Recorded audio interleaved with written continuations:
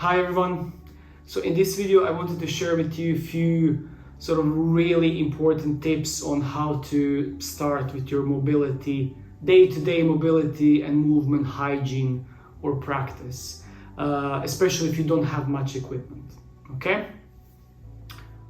So the first one will be spending more time on the floor.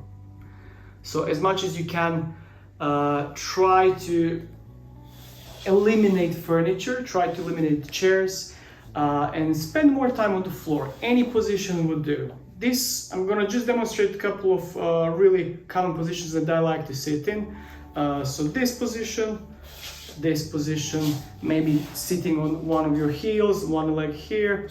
If your hips allow and your back, this position, cross-leg position, maybe Seiza. This might be more heavy on the ankles. As much as you can, spend time in this position.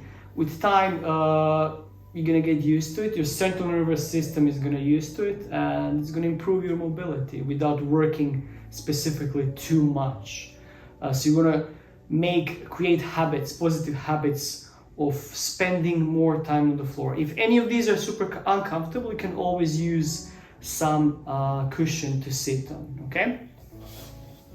Step 2 would be to actually start lifting your hips up a little bit, so spending more time in the squat. So this is a very beautiful, natural human resting position, and we should all try to spend more time in this position. If you really lack mobility, if you have some issues with your knees, usually it's ankles, so try to put something like a few books or ankle weights, or maybe small weight plates underneath your heels, just so you can lower your hips down. What you don't want to have is be in this position. So try to always go in full range.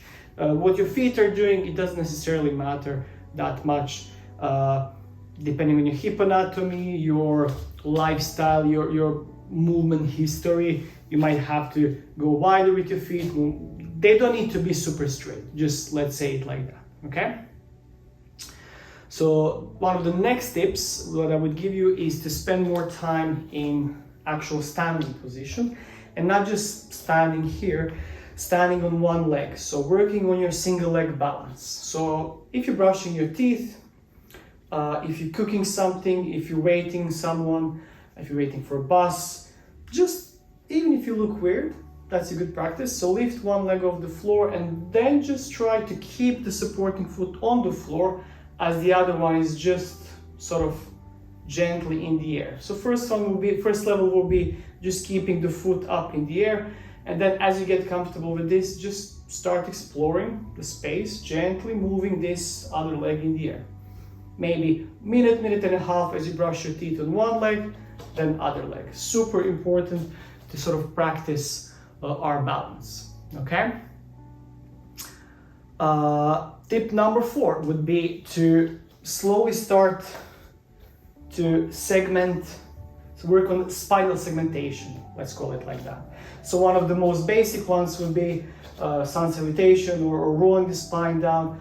So just think about tucking your chin to the chest, and from standing, depending on how tight your hamstrings are, you're gonna start rolling your spine, segment by segment, either in forward fold, which would be this position, and then going back up, or rolling the spine segment by segment all the way down into the squat, and then slowly reversing.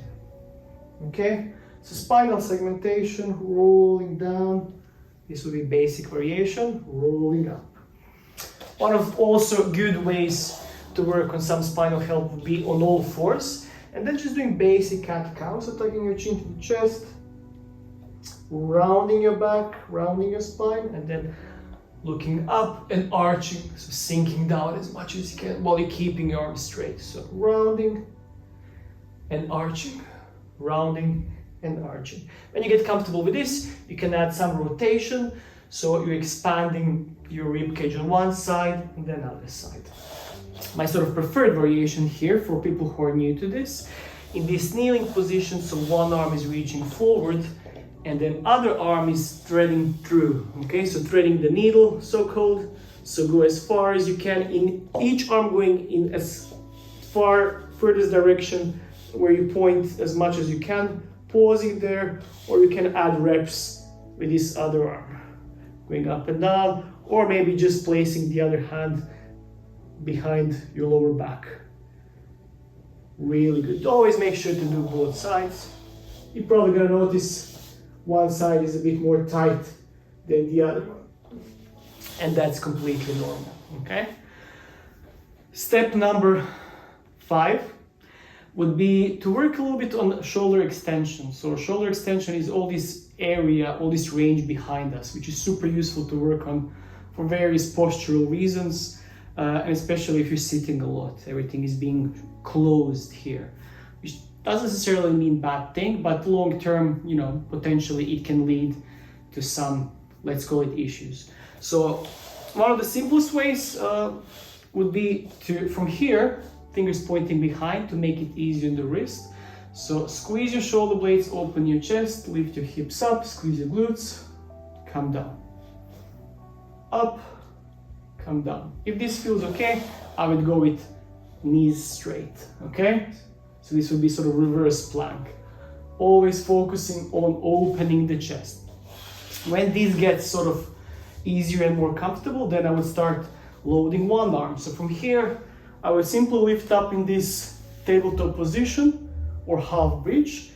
Really pay attention, chest not facing there. Try to face as much as you can upwards. When you get also comfortable with this other arm, you can reach as much as you can.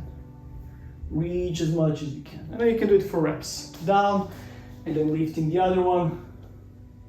So there's clear progression for each one of these steps, okay? Next tip, I completely forgot the number, would be just to start putting more pressure on your hands and your shoulders and your wrists.